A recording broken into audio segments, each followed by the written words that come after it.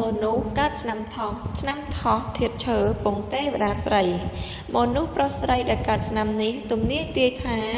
ជាមនុស្សច្រើនអភ័ព្វឈឺច្រើនចូលចិត្តនិយាយពាក្យមិនបានការចូលចិត្តគប់គុណគេបើធ្វើការរាជការនឹងបានជាធំរកស៊ីជួញដូរមិនសូវបានអ្នកចិត្តខាងច្រើនស្រឡាញ់រាប់អានតែដើរឆ្ងាយមិនសូវបានបើរកស៊ីជួញដូរចិត្តច្រើនបានផលជាងឆ្ងាយជាមនុស្សពុំសូវចូលចិត្តកម្មតណ្ហាមនុស្សកើតឆ្នាំនេះរមែងជាមនុស្សមាននិស្ស័យនិយាយស្ដីច្រើនទទឹងទតែងពុំសូវសុភាពរាបសារប៉ុន្តែមានចិត្តស្មោះត្រង់កតញ្ញូស្គាល់បុណ្យស្គាល់បាបជាមនុស្សចូលចិត្តការសិក្សា